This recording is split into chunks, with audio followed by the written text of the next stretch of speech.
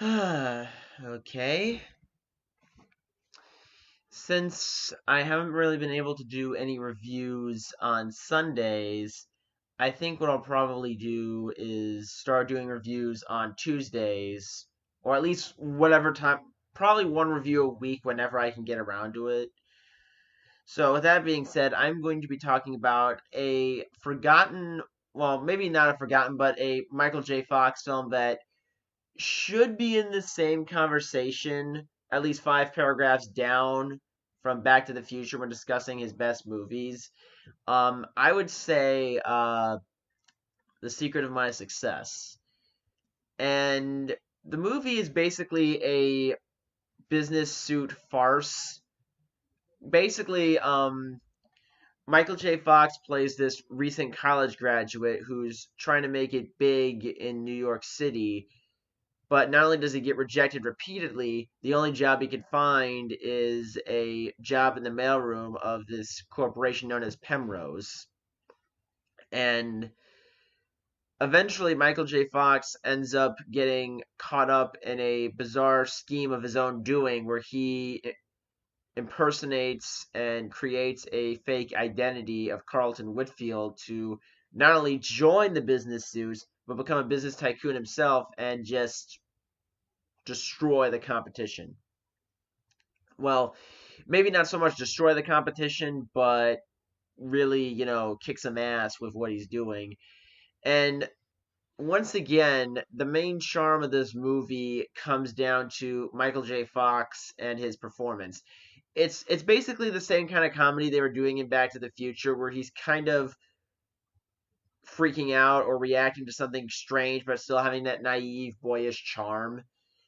And I know Michael J. Fox is like 26 or 27 when this movie came out, but he still has that fresh faced kid look that very obvious in Back to the Future. And I'm pretty sure it was even more obvious in the earlier seasons of Family Ties.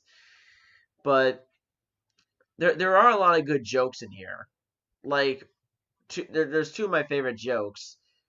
One is when he's trying to call home in a payphone or a phone booth, and he's in the middle of a shootout, and he's trying to nonchalantly talk to his mom and try to hide the fact that bullets are whizzing by his head left and right. So that was pretty funny, and the fact that he ends up taking a company car to drive this snooty woman to her um, mansion, and then ends up having a tryst with her, and it turns out that not only is Michael J. Fox's uncle the head of the company, but he's been messing around with the guy's wife without realizing it. So technically, it's an aunt. So yeah, why is it that Michael J. Fox always ends up in situations where he has to deal with incest in these movies? What is this? Anyway, so I think the only other major plot point that I can bring up is that he does fall in love with the Helen Slater character, Christy Wells. And for a character that was obviously just there just to be the love interest, there was some good chemistry, but I don't think Slater's character really had much of a personality. She just kind of seemed like the typical ambitious businesswoman, and the sensitive side kind of gets brought out with her through the relationship with Michael J. Fox's character. The only twist is she doesn't realize that Michael J. Fox is not Carlton Whitfield. She just thinks that he's the business guy without realizing he's really been leading a double life the whole time. And another thing that I really love about this movie is that when they do the whole liar revealed trope in the movie, they don't really focus on it too long.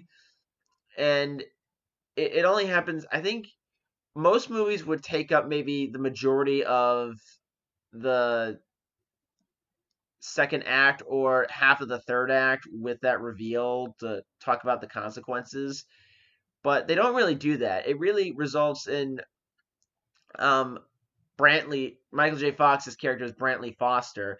It really ends up with Foster realizing that his would-be girlfriend is actually having an affair with the boss of the company they both work at, and which also explains why earlier in the movie, Mick Foster's aunt tried to get back at her husband with Foster because she knew about the affair. She just didn't know who it was with. So people are kind of cheating on each other a lot in this movie.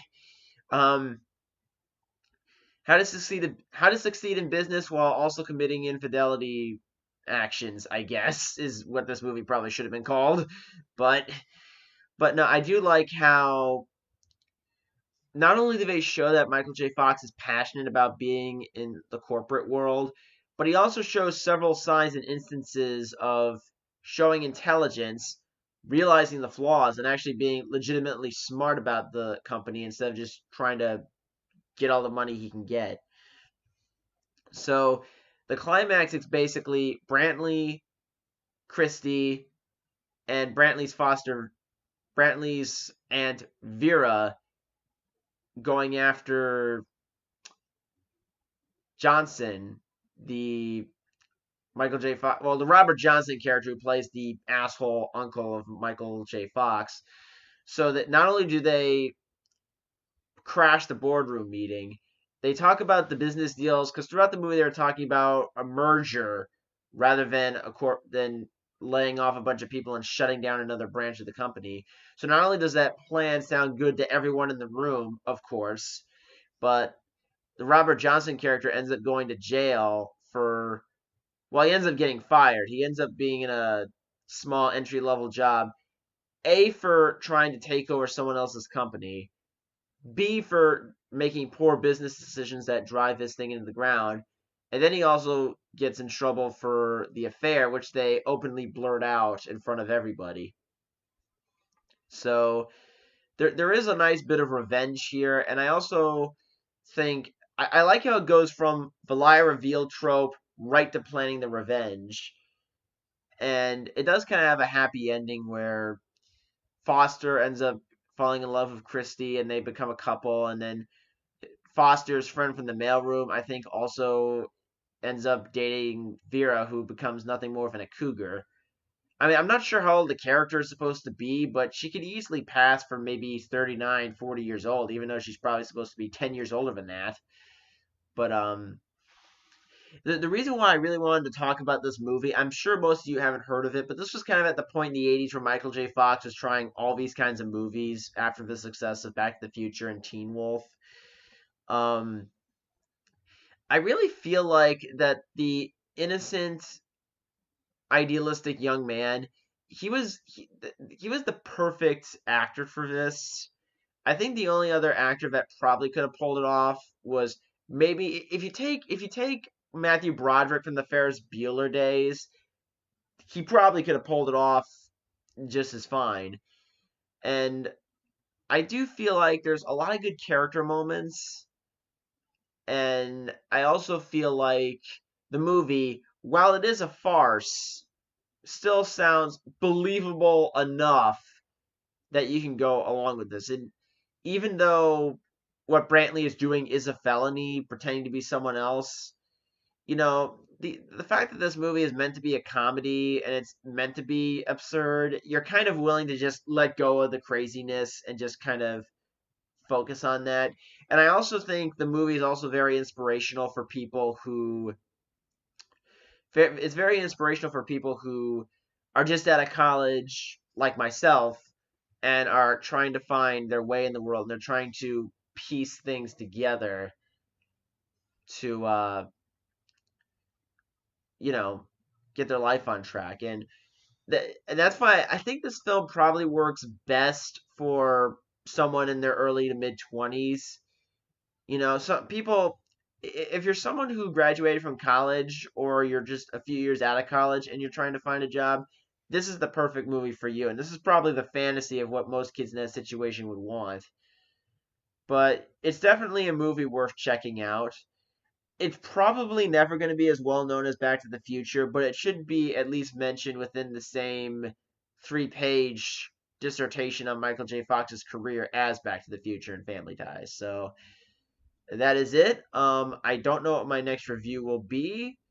I might review Creed, seeing how the sequel is coming out in November, but we'll see how this goes. Bye.